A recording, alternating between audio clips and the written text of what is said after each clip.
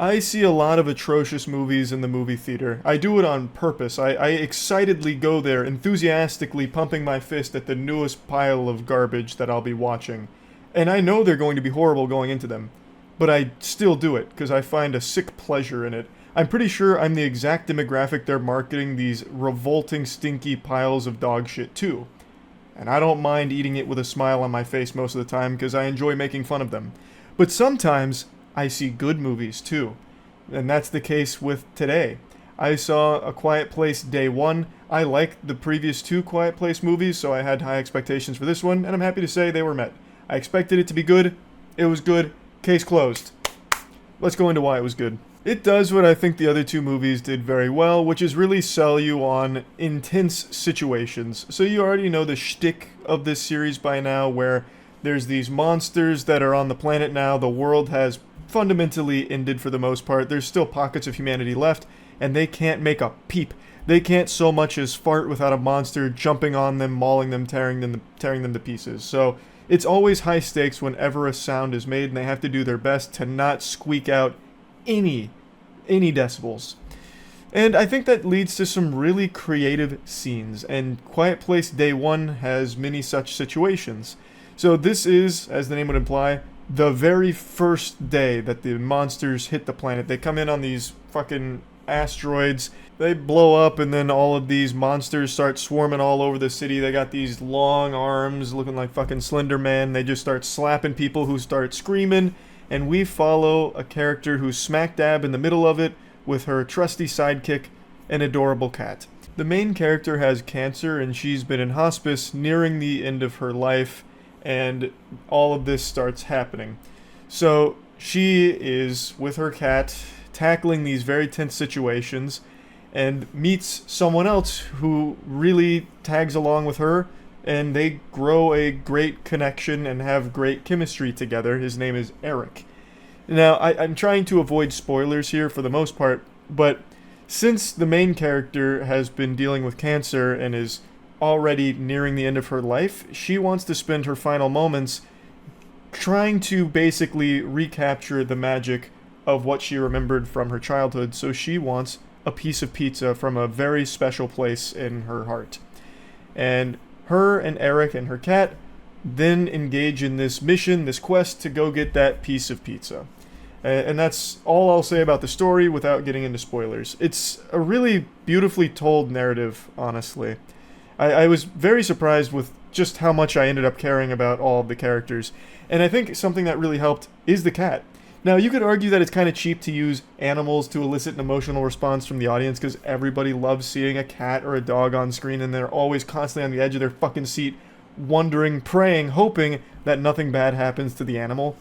But in this movie, it didn't feel like it was used as some kind of cheap gimmick. It actually felt like it contributed a lot to the overall plot and just kind of like the theme of the movie.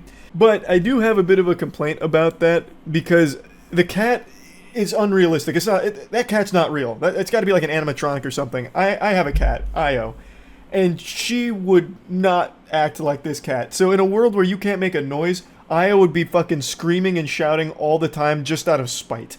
So in the film, she's traveling with her cat, and then sometimes like a sound will get made, and then all of a sudden the monster immediately shows up. Like they just fucking instant transmission like Goku to get there. So then the monster's there, and they have to just shut down all sound, and that leads to her really tightly gripping that cat.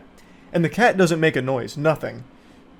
That's not how cats act, in my experience. If I did that to Io, the monster wouldn't even have a chance to kill me. Io would rip my fucking heart out.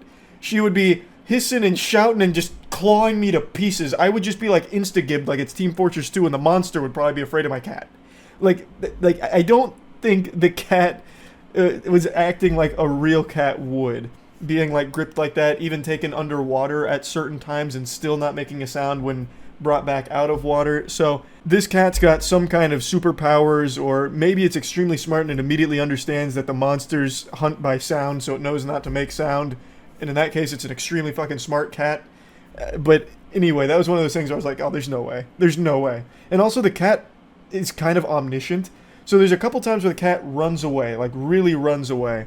And then within a couple of minutes finds its way back to not only the main character, but Eric.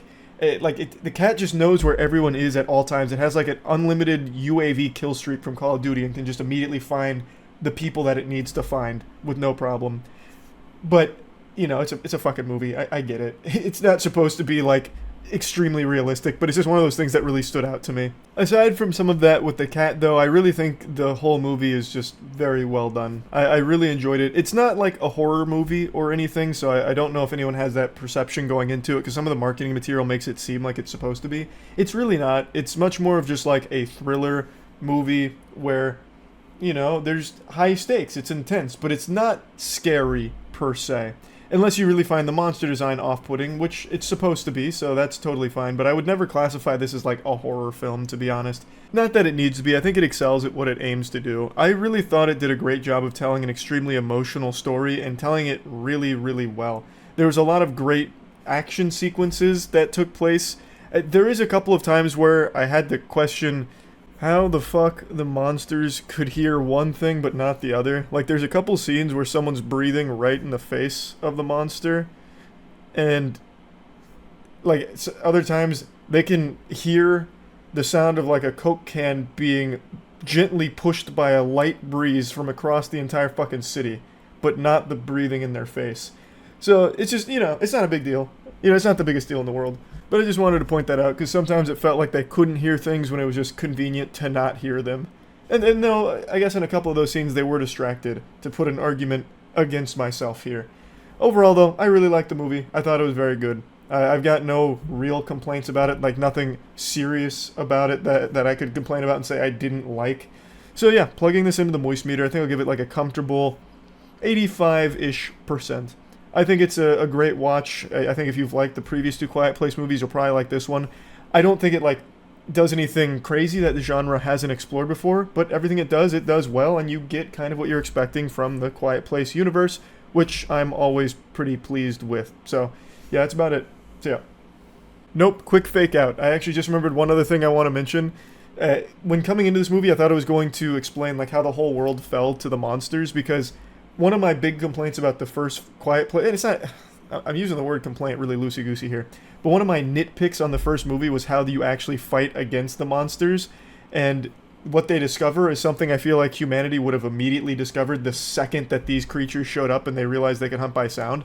I thought this movie would explain how they were ineffective at beating the monsters, but it doesn't really explore that. However, the film does immediately showcase that people were quick to pick up that the monsters hunt by sound. So the second they arrive, they start killing everyone. The main character gets knocked out from an explosion.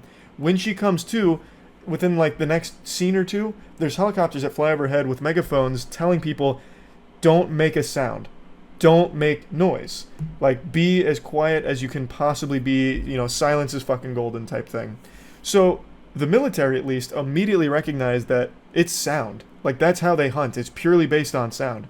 So the weapon from the first movie, like the technique from the first movie, I feel like the military would have immediately started to theorize on, yet I guess they never did for some reason. I'm trying not to spoil what that weapon is in case you haven't seen the Quiet Place movies, but it's pretty much exactly what you would expect it to be.